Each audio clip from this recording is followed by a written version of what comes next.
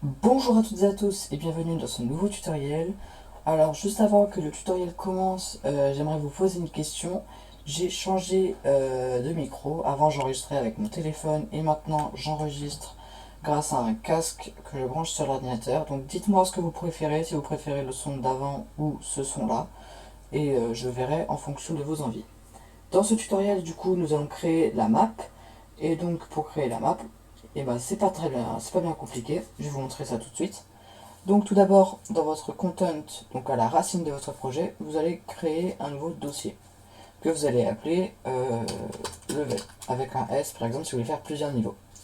Et là nous, on va créer du coup littéralement un nouveau level, donc clic droit, level, qu'on va l'appeler par exemple level 1. Et voilà, c'est pas plus compliqué que ça. Donc là, on a un niveau. On va pouvoir double-cliquer pour voir ce qui s'y passe à l'intérieur. Et là, vous voyez que vous avez un écran complètement noir. Et ça va être utile par exemple pour faire des menus, où on veut un fond noir ou quelque chose comme ça. Mais nous, dans ce cas-là, ça ne nous intéresse pas du tout. Donc, pour rajouter un peu de réalisme et pour tout simplement créer un niveau, il va falloir aller ici dans l'onglet Mode et taper BP underscore. Là, vous avez normalement le blueprint de votre personnage ainsi qu'un skysphere que vous allez glisser à l'intérieur. Vous voyez directement qu'on a un ciel. Sauf que maintenant, notre ciel, il est effectivement plutôt pas mal, mais nous, on aimerait que ça soit plus bleu, plus réaliste. Pour ça, il va falloir chercher une Directional Light, et là, vous allez cliquer sur votre BP Skysphere, et dans la Directional Light Actor, rechercher la Directional Light. Et là, vous voyez qu'en assignant la bonne lumière au bon blueprint, on a quand même un jeu très réaliste, avec des nuages qui bougent très lentement, un soleil, je le vois pas, là-haut, qui a la fonctionnalité de pouvoir bouger également. Et ça, c'est quand même plutôt cool. Maintenant, on va du coup créer notre premier niveau. Donc vraiment, ça va être un tutoriel relativement rapide car c'est vraiment pas bien compliqué. En tout cas, là, on va simplement créer le niveau. Par la suite, on va faire la lave qui est au sol, donc avec un système de lave qui nous fait recommencer le niveau à zéro, ainsi qu'une clé à récupérer à chaque niveau et un drapeau pour passer au niveau suivant. Donc ça sera dans les prochains tutoriaux, ou tutoriels, je sais pas comment on dit. Dans celui-ci, on va juste créer la map et je vais vous apprendre à faire des plateformes pour que ça rentre bien dans votre niveau. Donc pour faire ça, on va aller dans l'onglet Landscape de votre gros onglet, on va appeler ça comme ça, Mode. Donc je vous avais déjà prévenu qu'on en parlerait et qu'on rentrerait dans ce petit onglet. Et en fait là, vous voyez, il va vous créer un terrain comme ceci. Sauf que c'est vraiment beaucoup trop grand. Enfin, à part si vous voulez faire un open world ou quelque chose comme ça. Mais du coup là, on va changer la section size par 7x7. Et ça c'est déjà plutôt grand, en fait, on s'en rend pas trop compte. Mais c'est déjà plutôt grand. On va faire ensuite Create.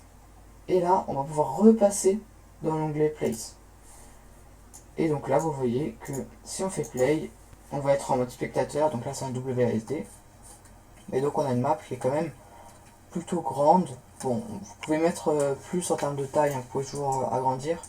Et même ici, dans les détails, vous pouvez changer la scale. Là, on est sur 100, vous pouvez partir sur 200 si vous voulez vraiment faire genre que 3 niveaux par exemple. Mais moi là, ce serait plutôt un jeu avec par exemple 30 niveaux, par exemple, hein. Je dis pas que je vais les faire.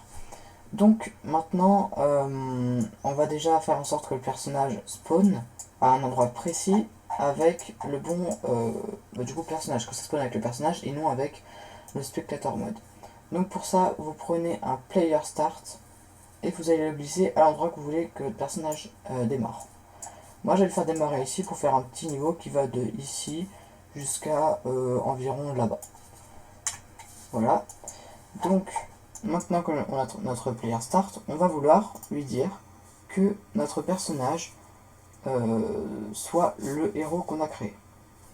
Pour ça, il suffit d'aller dans les World Settings, Game Mode Override, et là vous allez choisir GM underscore, le nom de votre personnage.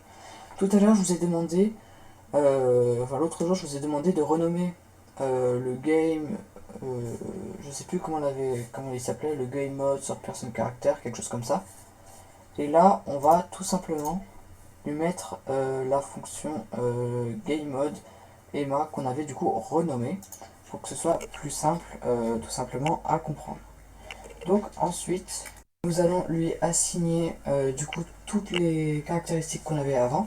Et en fait, un game mode, c'est ça. Un game mode, c'est il va regrouper tout un tas d'informations ici, donc avec un player controller et plusieurs choses assez importantes, mais vraiment le plus important c'est le default player class. Donc là, on a déjà notre bon personnage et le player controller où là-dessus vous pouvez faire plusieurs choses. Par exemple, si c'est un niveau de menu, tout simplement vous allez mettre un player controller de menu déjà préparé pour que par exemple on voit la souris, tout plein de choses comme ça.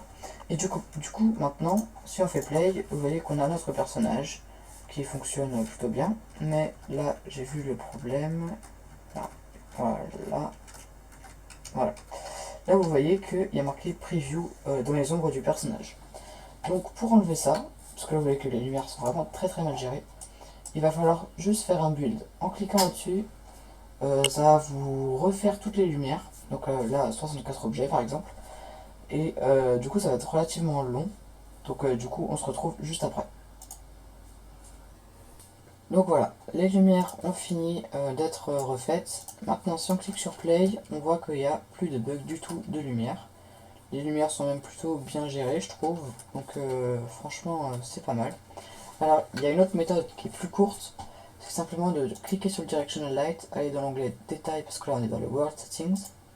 Et simplement, ici, de la passer en Movable. Là, vous aurez zéro problème. Donc là, vous voyez que comme j'ai activé et désactivé, ça me remet ce message-là. Mais ça fonctionne bien, normalement. Ah non, ok. Donc ne faites pas ça. Je ne savais pas. Je viens d'apprendre quelque chose. Donc en fait, si on passe en Movable, il n'y aura pas ce bug là. Mais par contre, vous voyez que les lumières, il y a des bugs d'ombre sur le personnage. Donc voilà. Je vais pas les refaire les lumières parce que ça prend un peu de temps. Du coup, je vais pas les refaire. Mais on les refera à la fin du niveau pour que ce soit bien fait. D'ailleurs, dans l'introduction, il me semble qu'il y avait un niveau où j'avais pas fait les lumières. Du coup, on voyait sur le sol qu'il y avait marqué preview. Et c'était assez du coup dérangeant, on peut dire ça comme ça. Mais bon, j'avais pas exporté le jeu, donc c'est pas bien grave au final. Donc ce qu'on va faire là, c'est une première plateforme où le personnage va pouvoir démarrer. Donc pour ça, vous prenez un cube dans l'onglet Mode à droite, à gauche pardon. Et donc ici en fait, en appuyant sur la touche R, vous allez pouvoir redimensionner votre cube. Donc c'est absolument pas logique les raccourcis ici, parce que W c'est pour changer la location, E c'est pour la rotation, et R c'est pour la taille. C'est pas logique, mais c'est comme ça, faut s'y habituer. Donc moi personnellement, j'utilise toujours ces raccourcis là, parce que ça va plus vite en fait. Donc bon, après vous faites ce que vous voulez. Personnellement, je sais que je peux pas bosser sans, parce que ça va vraiment beaucoup plus vite. Mais voilà. Il va falloir également replacer votre player start, sinon il va spawn dans le cube et du coup le personnage ne pourra pas bouger. Et là vous voyez que le personnage est vraiment exactement sur le cube. Donc ça c'est très bien. Et maintenant, ce qu'on a juste à faire en fait, c'est tout simplement de prendre cette plateforme là, faire CTRL-C, CTRL-V, et là vous l'avez dupliqué et du coup vous pouvez la déplacer, la mettre à une distance comme ça par exemple. Vous testez. Bon, là j'ai absolument pas pris des gens. Hop. Voilà, ça passe. Bon, c'est un peu chaud. Donc pour le premier saut, je pense qu'on va raccourcir un peu. Et on va évidemment réduire la plateforme. Je pense faire quelque chose plutôt comme ça. On peut carrément passer comme ça. Mais vu qu'il y aura la lave, il n'y aura pas moyen de toucher le sol comme ça.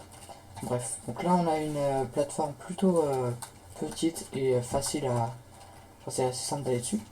Mais par la suite, voilà, vous pouvez faire quelque chose de bien plus compliqué. Donc je vais faire le niveau, ça va être un accéléré et on se retrouve juste après.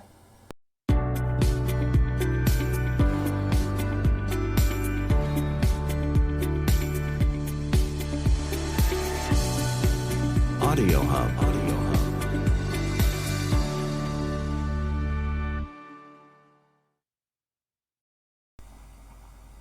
Donc voilà, j'ai fini de créer le niveau. C'est allé très très vite, comme vous avez pu le voir, c'était vraiment très très simple. C'est pas bien compliqué. Et voilà, donc ça c'est la dernière plateforme. Et donc c'est tout pour ce premier tutoriel. Dans le suivant, on va voir donc quelque chose qui s'appelle les trigger box. Ça va être pour faire en sorte que quand on arrive dans une certaine zone, ça va ça va déclencher une action. comme par exemple à la fin du niveau, du coup ici ça nous fera aller au niveau suivant, ici ça nous fera redémarrer le niveau à 0, et voilà, on va voir simplement ça dans le prochain tutoriel. Allez, salut!